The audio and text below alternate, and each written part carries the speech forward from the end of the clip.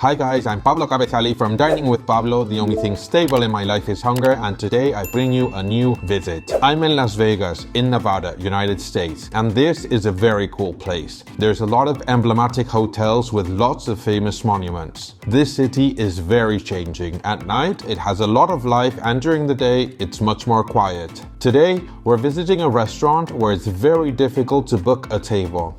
Today, we're visiting a restaurant located here in Caesar's Palace. It's one of the most luxurious hotels and casinos because going inside is like traveling straight to Rome. It's got a huge casino, which is very cool, but I hope that the restaurant is much cooler.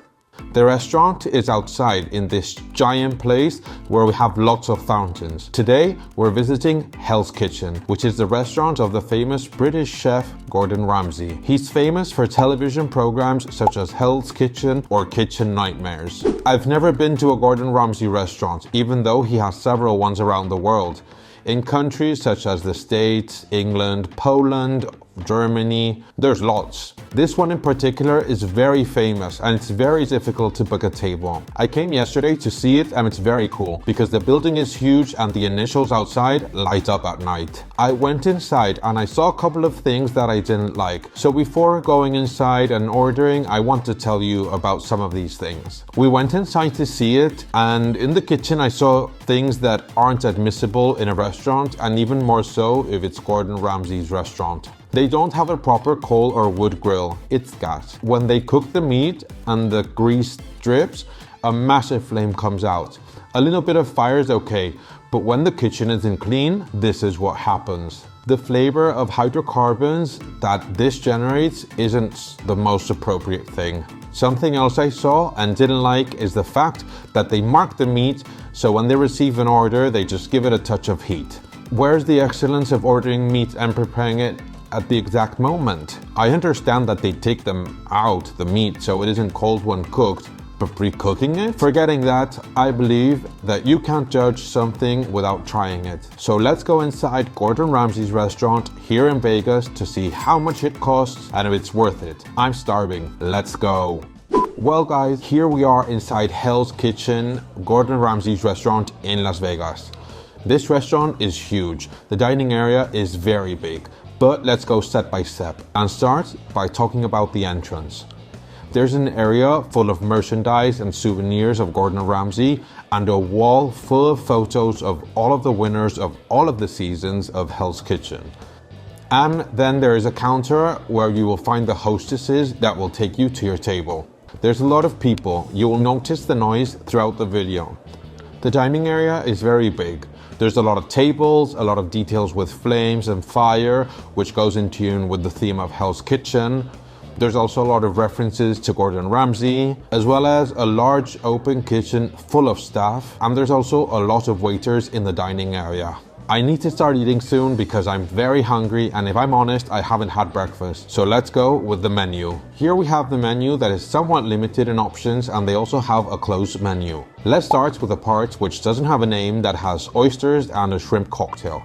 Then they have the appetizers, which include foie gras, scallops, lobster risotto, and a steak tartare. Then we have the salad and soup section with golden beet salad, quinoa salad, Caesar salad, and pumpkin soup. After that, we have the entrees with options like beef Wellington, crispy skin salmon, filet mignon, wagyu ribeye, braised short rib, which I'm guessing they do on the gas grill, and a Jidori chicken scallopini. We also have the sides, which include mac and cheese, Brussels sprouts, mushrooms, and potato puree. And then we have a closed menu for lunch, which costs $90 per person. That includes 3 dishes. You can only choose the first dish between pan-seared scallops or golden beet salad. For the main, you have the beef Wellington, and for dessert, the sticky toffee pudding. It's a menu which is scarce in options, especially knowing that you can't change any of the dishes. It is what it is, and the executive chef doesn't allow any changes. If you don't like the closed menu, you can order out of the regular menu. I'm going to order from the closed menu and something else from the regular menu. Let's order and see how it goes.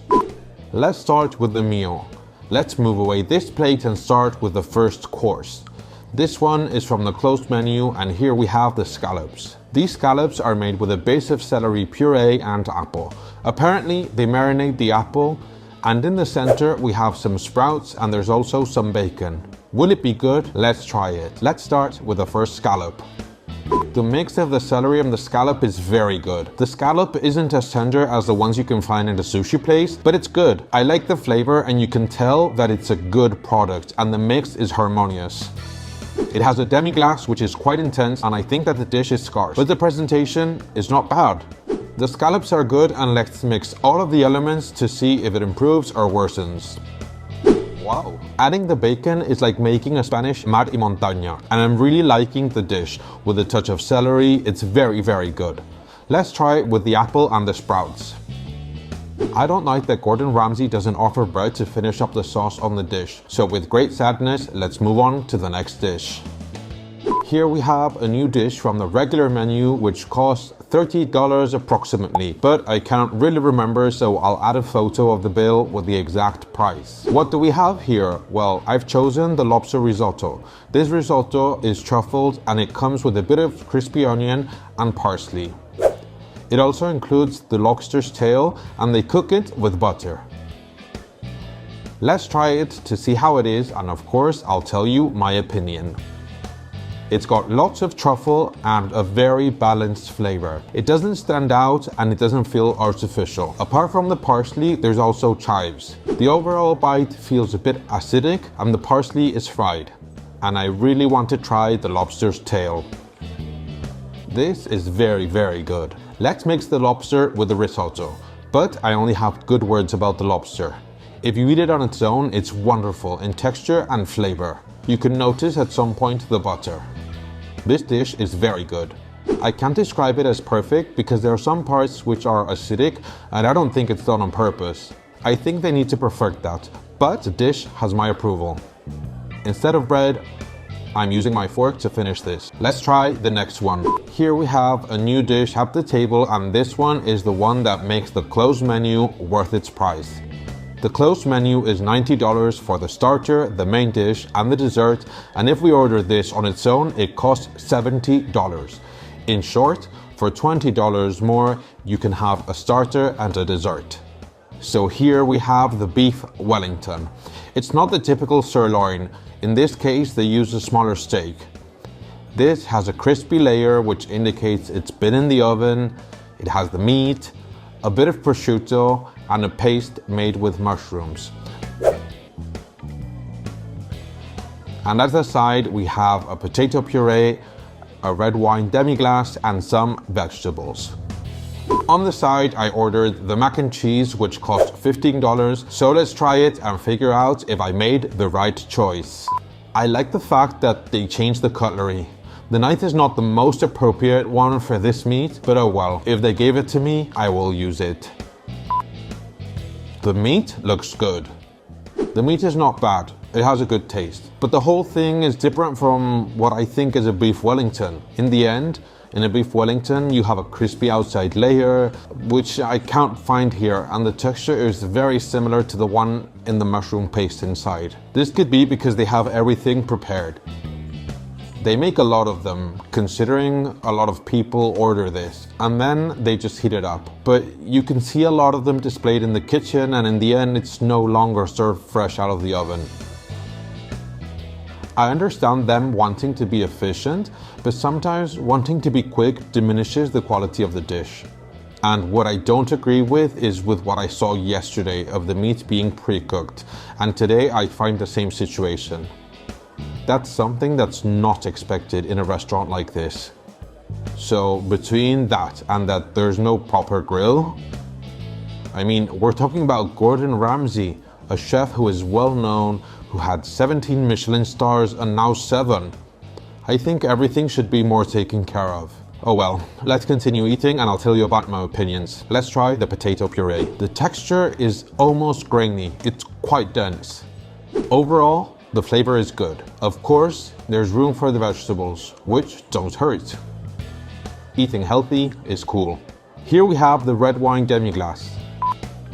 It's very strong, very powerful in flavor, and I think the idea is to combine it with the beef Wellington, so let's do it. The flavor is pleasant, but I personally think that they could get more out of it. For example, they could make the outside layer more crunchy, because when it's soft like this, it loses its charm. In the end, that soft texture you feel in your mouth isn't very attractive. The meat isn't bad, but if I compare this meat with one that I can find in a restaurant freshly prepared, there's a very big difference. So it's important to consider the timing. It's true that I take a while to try the dish because I look at it, I record it, take pictures, upload it to Instagram, but that doesn't take as much time for this dish to be like this. It's okay, but I would give it a 5 out of 10. Let's try the mac and cheese. In this case, they're spirals. Wow. They cost $15, but they taste very, very good. That it's not the same to have this dish in Ecuador, Mexico, or Spain compared to the States. The prices go up. Obviously, the rent that they pay here in Caesar's Palace is probably 10 times higher than what they would pay in Spain. This area is super busy, this establishment is absolutely huge, and we can't forget that we're in the States, where you can get a bottle of water at a gas station for $4 or $5. And also, you see the price of the food now, but when you get the bill, you have to add tax and tip. In summary, we have to be aware that in the States, they earn and spend more and everything is more expensive. When I see the statistics of my YouTube channel and I see how much I earn per video, the views in the States are more expensive because the advertisers pay more and the United States is a first world power. Let's focus on what's important and let's continue with the mac and cheese. On the top layer we have something crunchy that I think may be prosciutto because it's kind of salty, like when you order a pizza with jamon and they've added the jamon before cooking it in the oven. Well, it ends up being salty and I personally don't like it. In this case, I don't dislike it, but I think that's probably what they've done with the prosciutto. The beauty is in the inside. This costs $15, but sad is not the adjective to describe it because there's quantity, the outside cheese layer is thick and you can feel it in each bite. The inside is juicy and I think it's very good. I'm not defending the price, but ignoring it, the result is very good. The meat is cooked really well and I'm having it because it's included in the closed menu, but I would definitely not pay $70 for it. Gordon Ramsay is a British chef, therefore the dessert is British. In fact, the waiter told me that this dessert is something common to all of the Gordon Ramsay restaurants. I don't know if that means in all of the Hell's Kitchen or in all of his restaurants in general. I doubt that it's included in the fish and chips or the burgers one, but I think it's a very fun fact. Here we have the sticky toffee pudding, which is elaborated with a pudding made with dates, and on top we have the toffee, which is a mix of caramel and cream, which I love. And additionally, we have the dulce de leche ice cream. Let's try this dessert included in the closed menu. Indeed, it has a pudding texture, but the winner is definitely the toffee sauce. The toffee is absolutely amazing. I really love it. Wow. Let's try the dulce de leche ice cream. It does taste of dulce de leche, but not the one you find in Argentina or France. By the way, they make it in France as well. I love dulce de leche, it's pure sugar. But generally it's very filling and it feels heavy after eating a lot of it. What I'm trying to say is that it's supposed to be intense and this ice cream isn't intense at all. In fact, it's fresh. The intensity is at the level of a vanilla ice cream. Everything mixed together is very, very good. I like it. The pudding is very soft, you can eat it very easily. In summary, the ice cream is not bad. The pudding is nice and the toffee definitely brings up the dish to a 9 out of 10. Let's finish this and see the bill. I'll tell you my general opinion of Gordon Ramsay's restaurant in Las Vegas, United States. Here we have today's bill. The total for this meal in Gordon Ramsay's restaurant in Vegas is $146. This amount is broken into $90 for the closed menu with a starter, a main course and a dessert. Then we have the lobster risotto, which costs $30, and the side of mac and cheese for $15. My impressions of the place. In general, they're good, but it's not perfect, but it's good. The dining area is very big and there's space between the tables, but I have to say that the environment is very loud. I've been trying my best for you to hear me. It's not a quiet place. I would recommend it to come with friends and share different dishes. You have to be aware of the prices you pay because in the US it's high compared to what we have in Spain, but it's even higher. We're in Las Vegas, in the Caesar Palace Hotel, in Gordon Ramsay's restaurant. Well, all of that adds on. Most of the dishes cost at least $20, and it is what it is. The dining area is very cool. The kitchen doesn't impress me much, knowing the person who is behind all of this, and the food in general was a 7 out of 10. The experience is cool, I would repeat, and I would try other dishes. There's a lot of staff and the place is cool as well. If you come, tell me about your opinion, and above all, have fun if you come to Vegas. Please remember to subscribe if you haven't done so yet. Like this video so more people can see it. Thank you for everything, and as always, I'll see you in the next video.